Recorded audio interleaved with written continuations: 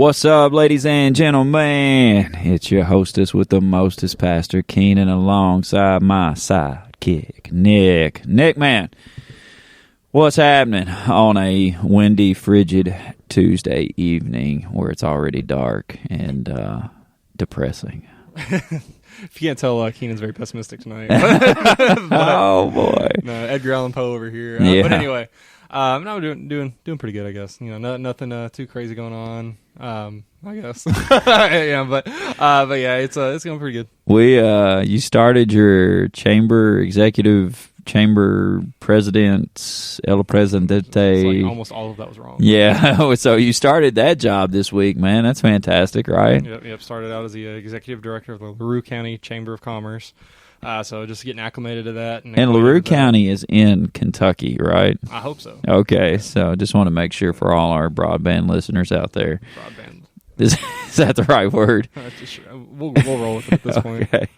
All right. Well, how do you like it, man? You're trying to bring the community together. Watch this. I'm leading into this topic tonight. You're trying to bring the community together. You're trying to get more businesses involved. Not only that, man, I know you're working hard to get other churches involved, like Fruition Churches. We're trying to lead the charge because we're holier than thou. Not really, but you're trying to get more people involved, man. How difficult is that to bring some unity in the, watch this, community? I just went Dr. Seuss on you, brother. So how difficult is that? Talk to me. I mean, granted, I haven't had to have a lot of, firsthand experience with it quite yet. But, yeah, we're 2 days deep. Yeah, we're 2 days deep. But, we're not that deep into it yet. But, just when you get people involved with anything, it's a mess. And I think that's something that surely everybody not. can agree with. I know, right? I think that's something everybody can agree with for the most part. Is that when people are involved, it's a mess. It's a disaster.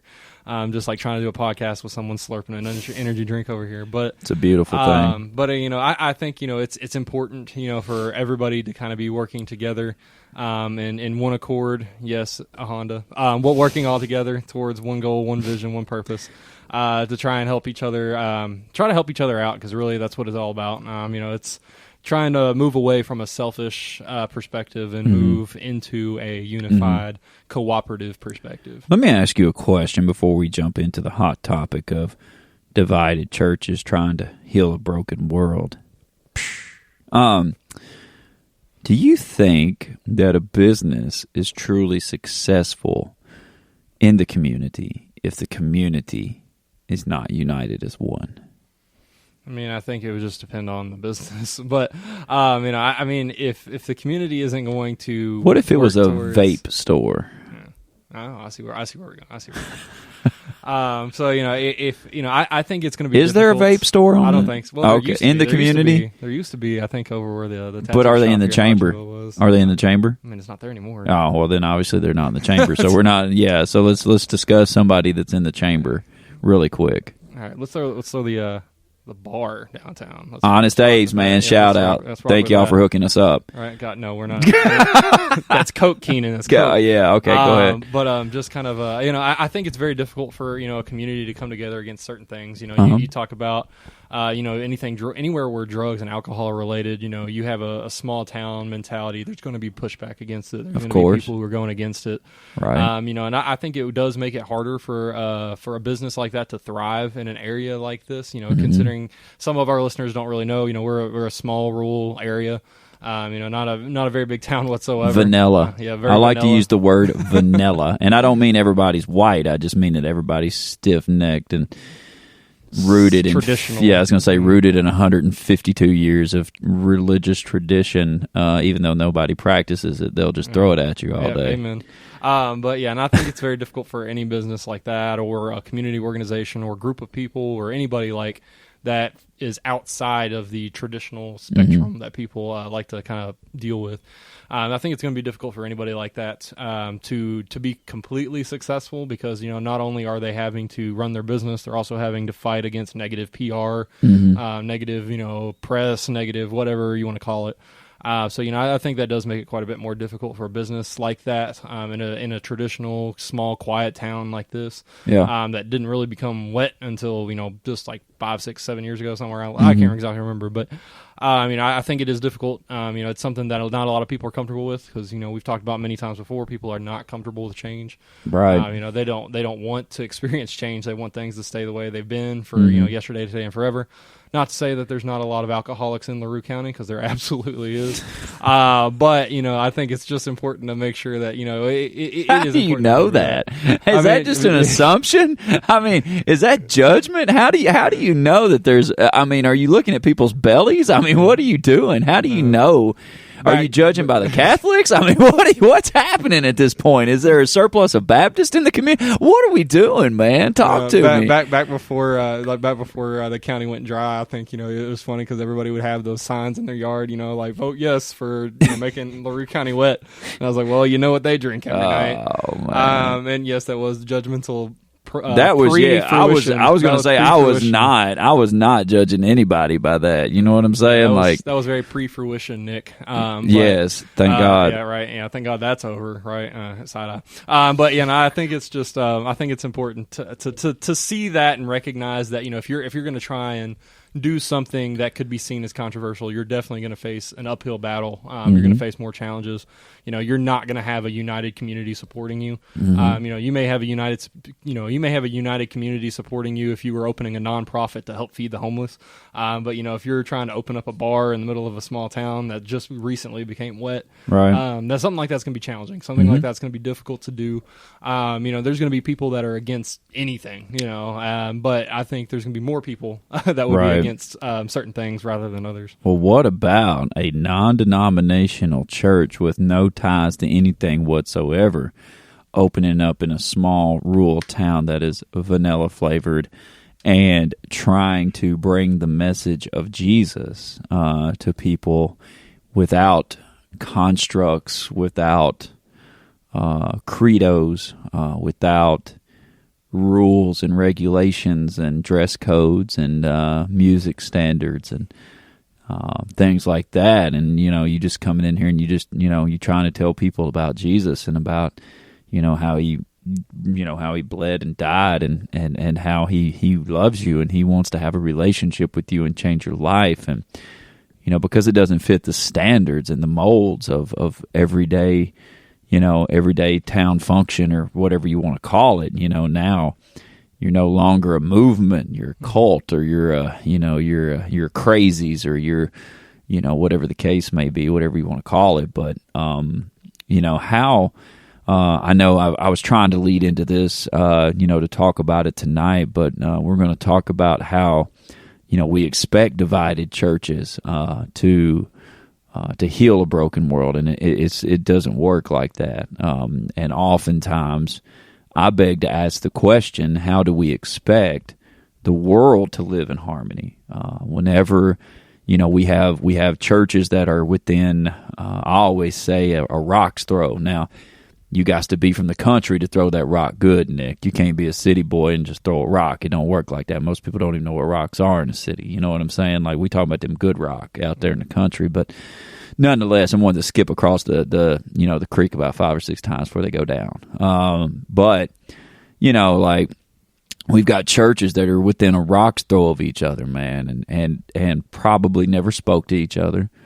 Probably don't know who the pastor is, and maybe different in religion, tradition, whatever word you want to put in there. May look different, sing different, read different Bibles. And somehow or another, we expect this world to be more united, and yet our churches, sometimes even in the church, is more divided than it's ever been, and I think that is a facade of which we live under sometimes, that if we have a revival of 4 churches, but they're all the same denomination, somehow we seem united. Well, why wouldn't you be? You're the same denomination. Y'all share Christmases together. Like half your family is strode across the 4 churches. Why would you not be united? What becomes different is whenever you have a non-denominational church step across the boundaries and go to a Church of Christ, or you have a Church of Christ step across the boundaries and go to a Southern Baptist, or you have a Southern Baptist step across the boundary and go to a Methodist church. Like, they're different as far as their structures and their services and their sounds and things like that, but they still serve this dude named Jesus, and that is what makes a unity, is whenever you can become in one mind and one accord with other people who may be different from what you are. I thank you for putting that whole thing together with the community. I know I set you up and you spiked it, but it's the same situation in the community as what it is in the church. But we're talking about the church tonight. And Nick, I think we live in a facade, because and maybe it's just me. Maybe I'm being pessimistic tonight. Maybe I should have had 2 energy drinks instead of 1. Maybe I should have prayed more. I don't know. But I'm just looking out, across even small town, rural area like we're in, man. And yeah, I see some churches working together, but are they doing anything great? Because they're not stepping out of the comfort zone. It's still the same denominational religion structure, whatever you want to talk about, and it's like, whenever that's the case, what are we doing? How do we expect a world to come together, black, white, Cuban, Asian, Chinese, Americanese, Japanese, whatever, Latino, whatever you want to throw out there, man. How do we expect people to come together if we can't come together? Yeah, we really just can't. If your church is known outside of the state you're in simply because of the size of it, then something's wrong. If you think that you're being a successful church because you have 500 people and someone in the conjoined state next to you know who you are, but if the churches, if say for instance, all the churches here in LaRue County got together and held a revival, all denominations, all backgrounds, all races, all ethnicities, whatever. If we all got together and held a revival and, there was a move of God, because, I really believe a move of God would happen. If there was a move of God that happened, I believe that is something that would rock the world. Like everybody, someone here in Kentucky, that people in Kentucky would hear about it. You'd have people in Alaska hearing about it, and they don't even have internet out there or phones. Yeah, exactly, right? It's crazy, but people still hear about it. Somehow or another. They'd be like, "Did carrier you hear about pigeons, that crazy stuff?" Right? Carrier pigeons. That's how they did it back in the war. Yeah. But that basically, somebody somewhere would hear about this and be like, "Yo, did you hear about what's going on down there in like LaRue County, Kentucky?" Yeah. Like apparently, we'd be making Fox News, maybe not CNN, but we on Fox News. They'd be putting us on there, being like, "Hey, you see this? Like, there's like 70 churches down there in that one county in Kentucky got together, had a revival." And, like, people are going crazy out there. Yeah, there's some stuff happening. Yeah, there's some stuff happening. But, it's crazy because I think we as churchgoers, we as Christians, we talk a big talk, but we don't walk the walk. We're like, oh, I want to see this happen. I want to see revival break out in the country. I want to see revival break out. But you won't even go down next door and bring a donut to that other church down the road. Like, you won't go out there and you won't talk to the church right beside you, but you expect to see revival break out and you want it to start here. But you want people to come to your church. You don't want to go anywhere else. Well, don't you think that people want revival in their area because revival has been the same way for 100 years? Revival down here at the such and such church is going to start in August, of this year, because it started in August of every year since 1957. I think there's a difference between revival and revival. Yeah, right? It's like, we always need reviving around the second week of August each year. We're a little dead by we're a little dead by August, and then we just hit the upbeat, man, and we're ready to go. And, we throw the word revival around like it's, something great, but like I've always said, revival doesn't start with a meeting. It starts with the heart. It starts with the believer. It starts with somebody somewhere catching fire and saying, I want to make a difference. That's all revival is. It's one person catching fire and wanting to make a difference in the community, in the church, in people. And then somebody stands next to that person and is like, man, whatever they've got, it's contagious because now I've got it. With the united part here. I know, right? And so 2 people get it, and then 3 people get it, and then 4 people get it, and then 5 people get it, and then that's how revival starts. It doesn't start because a group of people get together and go, well, who are we bringing in to preach this year? It's getting close to that second week in August. Who we going to have preach? Who we going to have sing every night?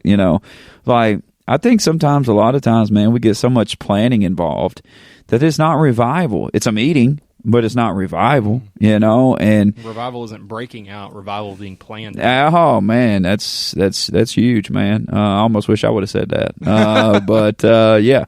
I mean, it's you're right. I mean, it's being planned out, and then like, you know, I hate to say this, but it's like, you know, we'll have the mindset after it's over with. Let's say one person got saved, all right, in that week. Our mindset is what? It worked. It worked. Revival's been worth it. We have that soul saved. Okay. I mean, you saved one soul. Okay. Let's go back. And Acts chapter 2. Now, granted, that's how we're supposed to be building the modern day church, right? I mean, that's the blueprint. And, you know, 120 upper room, they're praying, Spirit falls. Yeah, they're acting crazy out in the streets, 9 a.m. in the morning, and, you know, they're explaining everything. Peter gets up on a rock, starts to preach, and the Bible says that day alone, it was like 3,000 people got added into the church, which means they were saved, you know. They were saved, they were baptized, you know, 3,000 people in one day. It takes us a week of planning to get one soul saved, and then we're happy as get out about it. Now, where's that passion going? Right. I'm not saying that one soul was not important. I'm not saying the work wasn't important. I'm not saying the preaching wasn't important. I think that's a beautiful thing. But let's take it back to biblical times right here in Acts chapter 2, 2,000 years ago, whenever the church was being developed and people were so hungry to figure out what was there was more to life than just living. And yet they hear this gospel, they see this gospel, they see this transformation in people, and 3,000 people in one day alone get added to the kingdom of God. You know, and it's not because they planned it out. It's because Peter had enough gumption and enough spirit filled, within him to get up on this rock and to preach the gospel and to tell people, you know, hey, man, you know, turn from your wicked ways, repent, be baptized, you know, like... It's just that simple. And 3,000 people in one day, like, let's put that into perspective. Sometimes we have a church that goes for 100 years that never saves 3,000 people, and they done it in one day. And it wasn't because of training. It wasn't because of what demographics work the best, or, you know, let's get the best donuts in town or play the best music, or, you know, it was because Peter got up on a rock and was filled with so much spirit and passion that he just began to preach, and people began to listen. And to me, I mean, honestly, it's like, I think we spend so much time in logistics and studying numbers and statistics and everything else about what makes a service work. What's the time? What's the demographic? You know, what's the lighting situation? How many songs? How long do we preach? How many people do we have at the guest services desk? Do we give away prizes? Do we give away merch? We spend so much time trying to plan everything out that we actually plan the spirit out of the service almost. And what's wrong, man, with just some good old passion and spirit in the middle of service? What's wrong with that? I think it's almost scary to people these days. You know, like, you know, you get somebody who's used to the, you know, I guess I'll put it this way, you know, somebody who's used to singing hymnals on a Sunday, you know, like they're used to. Lord. Are we going down that road? Yeah, we're going down that road. But you know, someone who's used to. I need another drink. Singing, I know, right?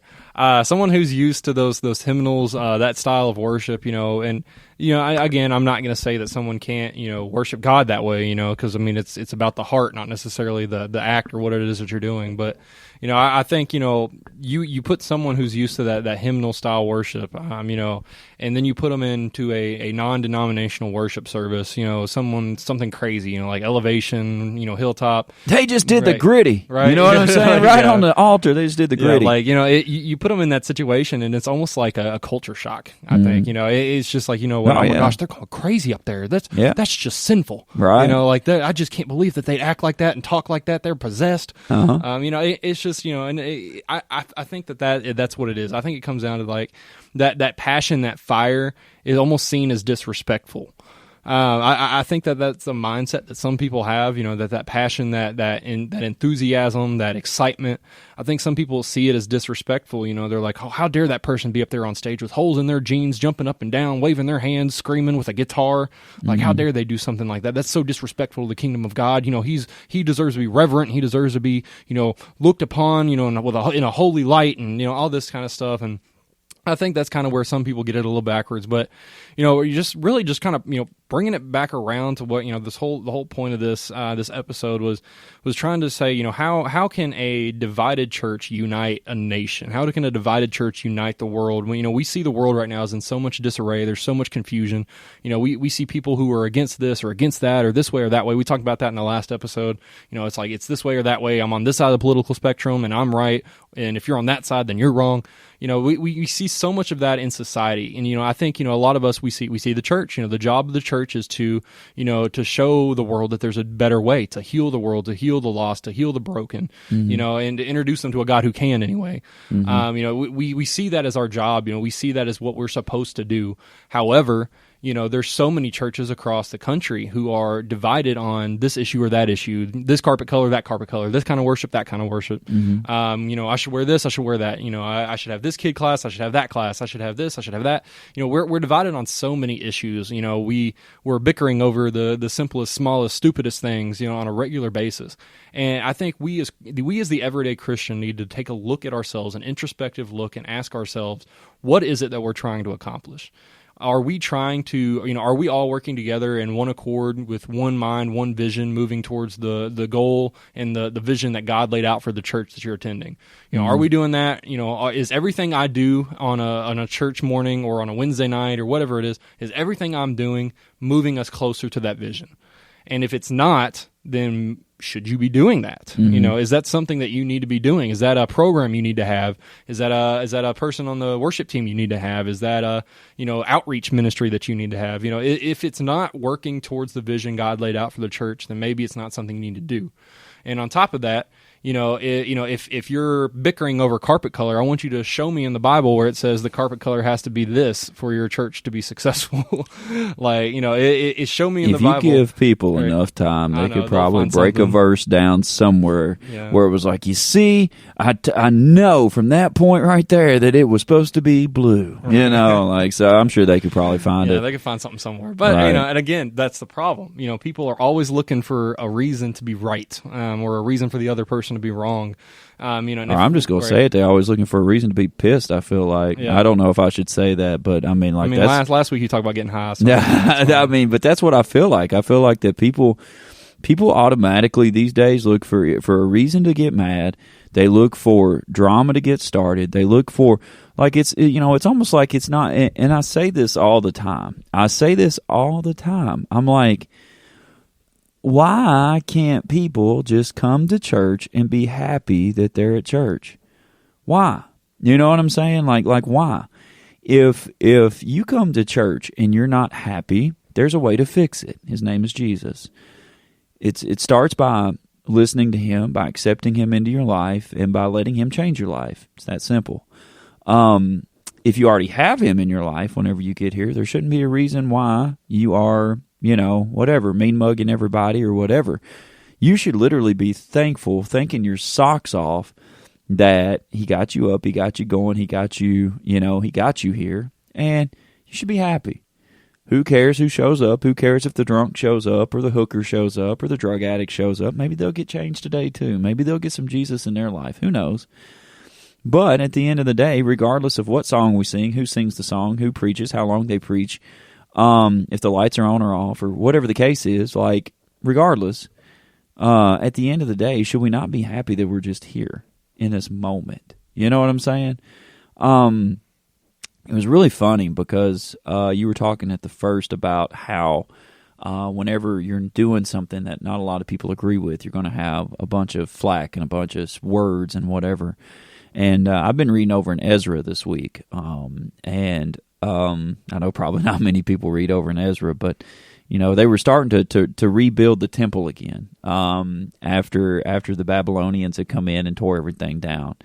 And it's kind of funny because, like, I was reading the part where there was two groups that had basically moved back into the region that was trying to rebuild the temple, and the people that were in the town said, whoa, wait a minute, we don't need that kind of disruption around here. You know, even though they were trying to build the kingdom of God back or the temple of God back, there was people around them that said, you know, wait a minute, whoa, we don't want that. We don't want that kind of disruption going on. What happened? Those people, they wouldn't listen. They basically they were trying to speak and tell them, and the Bible says that they ragged them for years. They ragged them like every day. They were out there heckling them while they were trying to rebuild. And the Bible says they ended up going to the king and just kind of tattletelling on them and telling the king, hey, look, man, they're causing a bunch of trouble, this, that, and the other. And they put a cease to it for a while, from building the temple. And it kind of got me thinking about like what you were saying just a while ago about how, people are so unhappy. People are so unhappy to see progress of people, and I don't know why. I really don't. If somebody succeeds, Nick, most of the time it's because they've put in the time and the effort to get there. Time and the effort that I didn't do. You know what I'm saying? So why can't I be happy? Why do I have to try to pull a person back or hold a person back or pull a ministry back or hold a ministry back? Or why do I have to be jealous or spiteful or anything else of somebody who's put in the time and work that I haven't? You know what I'm saying? Because, and I hate to coin the phrase, hard work pays off, because that's the CrossFit program that I'm chasing or that I'm a part of or that I work out to every day. But it's true. Hard work pays off. And if you're willing to put your nose to the grind, put in the time and effort, trust God through the process and listen to Him, like, it's going to pay off. And when it does, when it pays off, at the end of the day, there's going to be people that hate you for it. You know what I'm saying? There's going to be people that, and honestly, I think maybe that is one of our biggest. You said, what was it you said earlier about people were in churches disrespectful, that they seemed like worship was like if they got crazy with worship, it was disrespectful. I wanted to take it another way just really quick and say I don't know if they see it as disrespectful or they see it as disturbing their comfort, because once you come in and you start building something that they don't agree with, putting something together that they don't stand behind, it disturbs their comfort, and I just be honest, man, I think a lot of churches, I think a lot of quote unquote religious houses, whatever you want to call them, I think they've kind of been in their own little clique, club, clan, whatever you want to call it, for a number of years. And whenever you have somebody that comes in and starts building something that's kind of going against the grain a little bit, shaking the boat a little bit, making some waves, kind of doing some stuff different, I think it disturbs the comfortableness. I don't know if they really see it as, and they might see it as disrespectful because they don't, they view it as maybe demonic even, or, or something, or they're not following the Bible, or, they're just letting anything go over there, whatever. But I think a lot of times, man, the reason why we're not united, just, this doesn't even have to be on church flow. This could just be in everyday life. But I'll just be honest, man, I think we're jealous people sometimes. I think we look at people that's put in hard work, stuck their nose to the grind, built this thing up. Instead of standing up and giving them a hand clap and going, my God, like, that's impressive. We stand on the other side of things and start tearing them down and going, well, who they used to be, or who they used to date, or where they used to be, or they're probably doing it with dirty money, or like it's like we instead of clapping and celebrating, we try to discredit people, man. And I think that's one of the biggest things that causes us not to be in unity, is that instead of building people up, we try to discredit them. Mm-hmm. Yeah, we see that guy. I've taught kids for the last almost 2.5 years, and that's one thing that I try to not necessarily preach to them, but teach them, is that we need to spend our time and spend our money and spend our friendships, where we need to surround ourselves with people who are going to motivate us, encourage us, and lift us up. However, a lot of people, a lot of kids, a lot of adults choose to spend their time around negative Nancy's, people who want to push them down, kick them in the back, talk down about them, all this sort of stuff. And I think it's just, it's crazy to me, because, I think we live in this mindset of just despair. I think the everyday human being is living, especially here in 2022, I think the everyday human being, the everyday Christian is living in a constant state of despair. there's Right. no hope. I think all hope has been lost with a lot of people. And you take, the Christian faith is built on hope and faith. On hope, faith, grace, mercy, forgiveness, love, compassion, and understanding that, God is God. God is love, but God is also judgment. God is also, jealous. But I think what we're really missing, I think, as a human being, as a Christian, we're missing that hope. We want to see the worst in other people because we can only see the worst in ourselves. It's hard for us. I tell this to people all the time. You can't really love someone else until you've learned to love yourself first. Absolutely. And that's I agree with that. that's a huge cliche line. I know it's getting shotgunned across marriage therapy. It's thunderstorming right now out here. But it's like, it gets shotgunned across like, therapy, marriage counseling, all It this kind of sounded stuff. like a coffee maker. I know, right? Yeah, I crazy was sounding. really kind of freaking out. I ain't gonna lie, but go ahead. But that's something that you hear a lot. You can't love your partner until you learn to love yourself. But I think that's one of those cliches that's become so much of a cliche that we just don't think about it. We just cliche it. Yeah, exactly. Yeah. Right. And however, I think we just made that a word that's not actually a word. But again, I think that's something that we really need to hold on to. As an everyday human being, as the everyday Christian, we are struggling with a lot. We all came out of a shared traumatic experience with the pandemic that happened. A lot of us haven't processed it right. I mean, we're experiencing, in the workplace right now. You have the great, everybody's leaving. We have that I can't think of the word. The great. Recession? It's not Great Recession. But we have a lot of people leaving Falling their away. workplace. Yeah, right. We have a lot of people switching jobs. We'll think of this as soon as we're done with the podcast. But we have a lot of people leaving jobs, transitioning. He's just going to keep throwing things at me. But we have a lot of people leaving their jobs, leaving their positions, leaving their churches because they don't like the way it's done there. They don't like the way it's done here. They don't like the way it's done there. But what they realize is what we're starting to realize is now being called the Great Regret is that people are realizing that the grass is not greener on the other side. That they're Was that bringing the word you was looking for? No, there was another one. Okay. But they're realizing that they're the Great Resignation. There it is. I hit it. Yeah. But anyway, so they're realizing that the grass is not greener on the other side. They're bringing all of their problems into whatever church that they go into. You and I were talking earlier. You said you may have this cancerous mindset that you're taking from church to church to church to church because you're like Taylor Swift and you're the actual problem. Hi, yeah, it's me. Yep, there you go. I'm the problem. It's me. Yeah, exactly. All right. So we had to throw that in there. Hopefully, we'll get some free tickets we can sell. But anyway, that's the problem is that a lot of Christians are taking their problems from church to church, just like a lot of people are taking their problems from workplace to workplace. And we can't unite the church if we are not stable ourselves. Absolutely. And I think that's something that, the everyday Christian, you need to make sure that you're stable, and then you need to make sure that you have the ability to empathize and work with other people, not cast judgment on them, not ridicule them, not fight them for stupid, silly crap.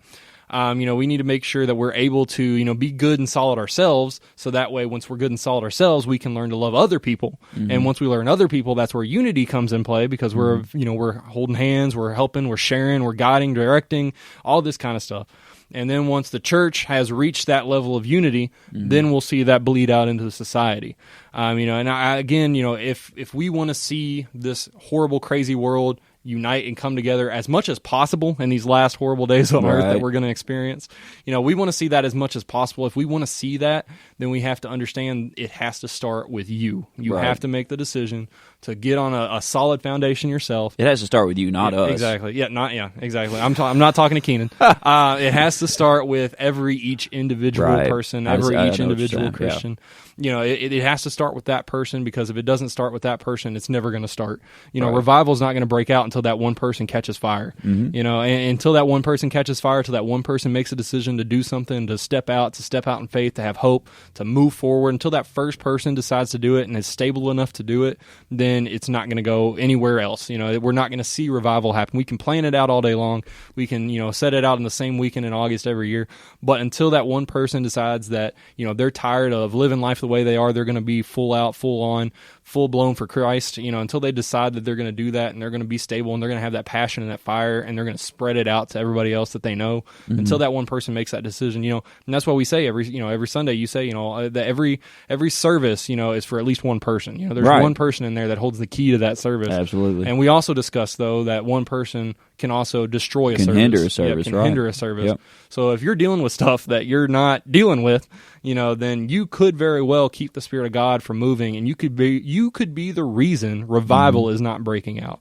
And I think that should be something that should be scary. That's tough, man. Yeah, that's heavy. That's heavy right there. Thanks for ending on that. I'm not even going to give you a chance to to go any further.